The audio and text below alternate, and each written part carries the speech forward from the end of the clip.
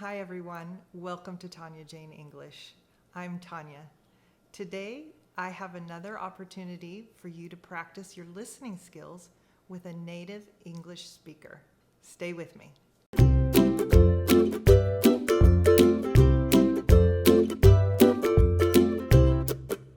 I'm grateful to introduce my friend Kim today. Can you introduce yourself a little, Kim? Hi everybody, my name's Kim. I'm a friend of Tanya's.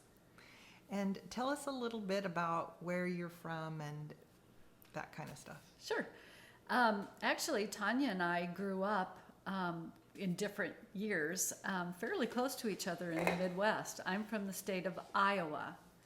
Iowa is 2 states south of the Canadian border of the province of Manitoba. So, like the Great North, it does get cold. We have snow and ice and wind. In the summertime, it gets warm and humid, and we have lots of mosquitoes due to the humidity.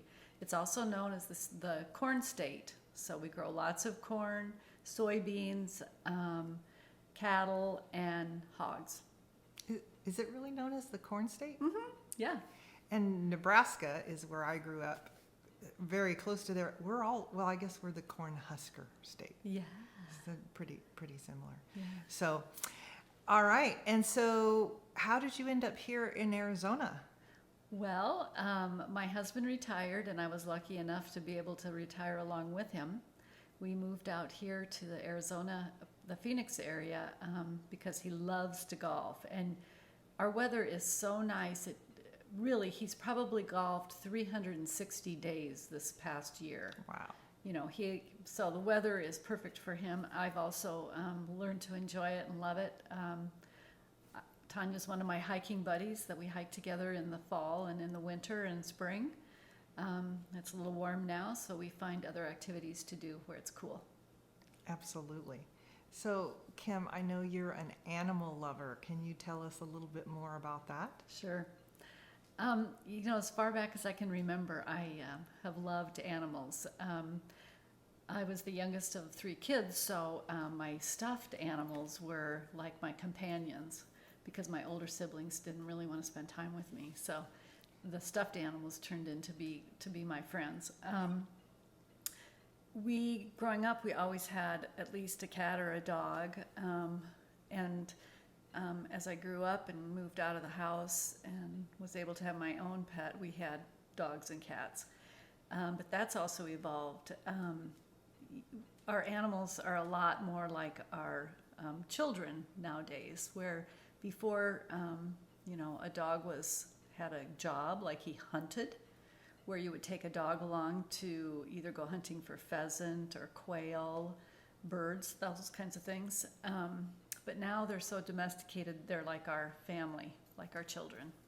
Absolutely. Yeah. Absolutely. I don't know if you have had a chance to see a video or on my Instagram, Delaware, our dog, or Ethel, our cat, but they are totally a part of our family. So who, besides you and your husband, of course, are a part of your family now? Right now we have a yellow tabby cat that's long-haired. His name is Pancho. He is 18 years old. Wow. Yeah. That's old for a cat. Yeah. And we have a golden retriever. His name is Tucker, and he is almost 7 years old. And Tucker is here with us today.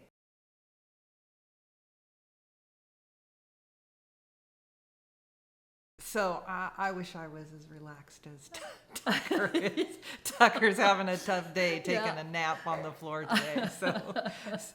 So I know in my family we've had some pets that are a little different than your usual cat and dog. But how about you? Have you had any unusual pets? Well, we have. As a matter of fact, we were fortunate to buy some land and have a house out in the country. We had 20 acres that had a barn.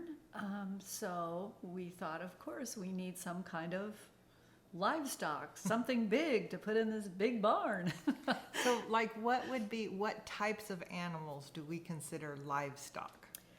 Horses, cattle, sheep, probably pigs. Pigs are, I really don't know a whole lot about the hog industry or pig industry, but, you know, and I don't know. I wouldn't think chickens are, they might be considered, well, I don't know what they are. Well, But, they're farm yeah, animals. they're farm animals, yeah. Farm animals. So we had horses. I also had a miniature horse, which is a horse that is quite small, maybe 3 feet tall. Wow. So Very 3 small. feet, because I know most of the world uses Oh, the metric yeah, system. sure. Uh-huh. So I don't know what 3 feet is exactly in metrics, but like waist high, a little more than waist high. Oh, no, much shorter, like knee high, Oh. tiny. And it was a horse? Yeah, it was a miniature horse. Oh Yeah, my gosh. yeah. And his name was Buddy, and then I also had a miniature donkey. Okay. Yeah. And How big is the miniature donkey? the miniature Or donkey the- was a little bigger than the miniature horse. Her name was Sarah Jane. Aw. Yeah, she was sweet, and they were a couple. Those two, they lived in the same enclosure together. Okay. Yeah. And they stayed out in the barn at night. Yes, they did. Yeah. Oh. Yeah. What did they eat? They eat hay and some grains. Also, the things that they really loved were apples. They loved apples and watermelon. Oh, watermelon. yeah. Like, did they eat the red Rind. part? Yeah, they ate what we call the rind, the outside Okay. of the watermelon. Mm-hmm. Okay. Yeah. Did they eat the red part too? Or? Oh yeah, they'd eat it all. Yeah. Oh my gosh. Yeah. So I know I don't totally know, but I know horses eat big amount of food. Mm-hmm. So a miniature horse and a miniature donkey, like how much food might they eat in a day? Yeah, compared to a large horse, very little. We would put up bales of hay. My husband and I would do that. We had a field that we'd bale with a mixture of alfalfa and other grasses. And a bale may weigh, 50 pounds, the square bale. And a horse would maybe eat, if the horse was being used to, say, like, work cattle or trail ridden, had activities like that, you might go through half a bale a day, maybe up to a bale. But if they were just basically what we used to call lawn ornaments, which we we tried to keep their hay intake down to maybe a couple, what we call flakes. There might be Oh, right. 10 flakes in a bale. So the more that they earned their keep, as we might say, then the more food you would give them. But really, grazing was the best thing. And in Iowa, we had a lot of pasture grass, and so that is, like my veterinarian used to say, that's like having, filet mignon. Now that's a type of very tender beef, but to a horse, there's nothing like the real deal, the grass that's in a pasture. Okay. So grazing is when a horse or a cow, right, eats the grass that's growing there. Mm-hmm. And what else did you mention? A bale.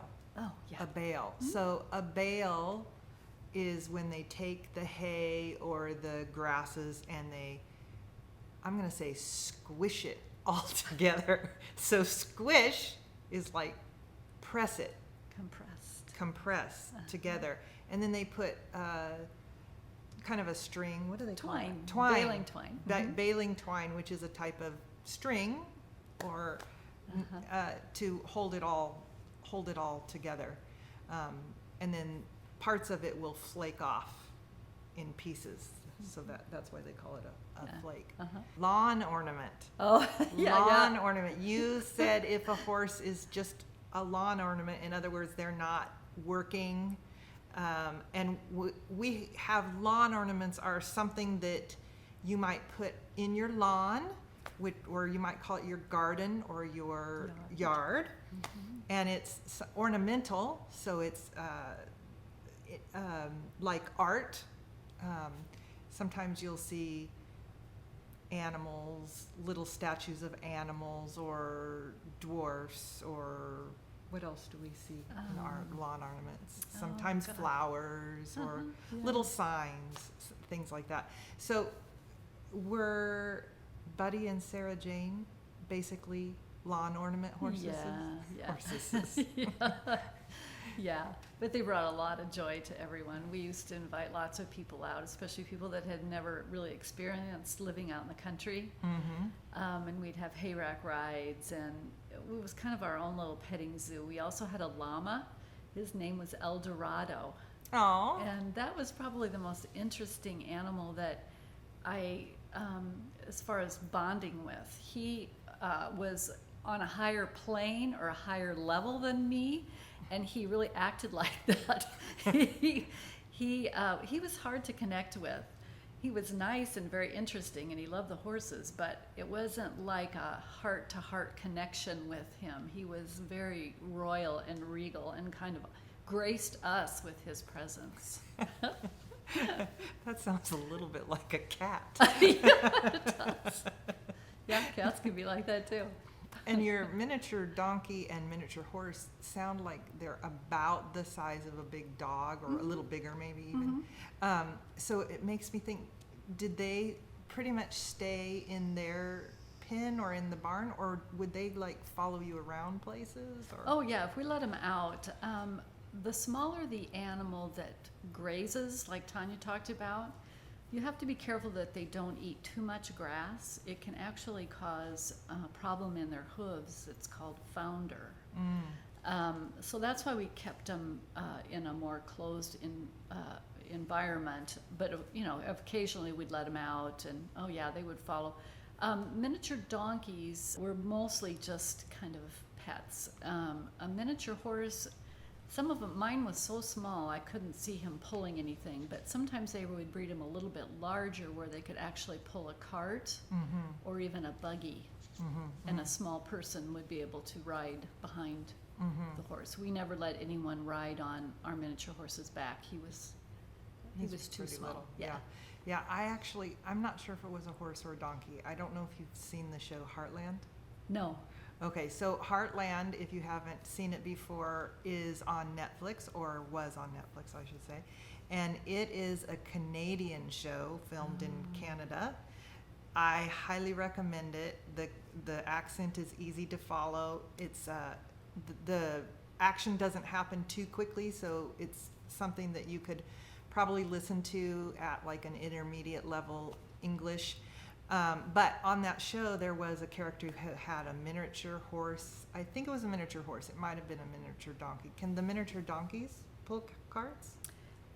She was probably more sturdy than the miniature horse, and I would say definitely, because I think donkeys are pull carts a lot in South America and the southern countries. So, yeah. So you mentioned another thing. You said a heart-to-heart connection, and I know that Kim has a special heart for animals, and you may or may not heard the term horse whisperer. Kim is definitely an animal whisperer. Horses, dogs, I'm not sure which other ones you've really connected with. But what we mean by that when we say that is that someone who really has a heart-to-heart connection with an animal. And do you feel like you've always had that kind of connection, or did it develop over your lifetime or in a certain time for you? I think the more open I became with myself and with my feelings, and allowed to be open to all that is around me, I think that kind of has evolved, and that I now have just a sense about animals. I don't know what it is. I'm grateful for it. It makes me a better human being. You're already such an awesome human being. It's true. Our last question, Kim. In what direction might you go with animals from here? I know you have your own pets. Kim helps a lot of people with their pets. Do you have any dreams or goals of where you might go with this love you have for animals? I would like to maybe be part of a rescue group, maybe the animals. We have wild horses here in Arizona. They're called the Salt River horses. They're protected by the government, and sometimes they need help. Just because they're wild doesn't mean that sometimes humans don't intervene in a situation. So that is something I'd love to do. You'd be awesome at that. So, all right, everybody. I hope that this video was helpful for you. Do you have any pets, or have you had any pets in the past? Is there a pet that you wish that you could have? Let us know in the comments below. And if this video was helpful, be sure to give it a thumbs up and subscribe so that you don't miss any more Tanya Jane English. Bye. Bye.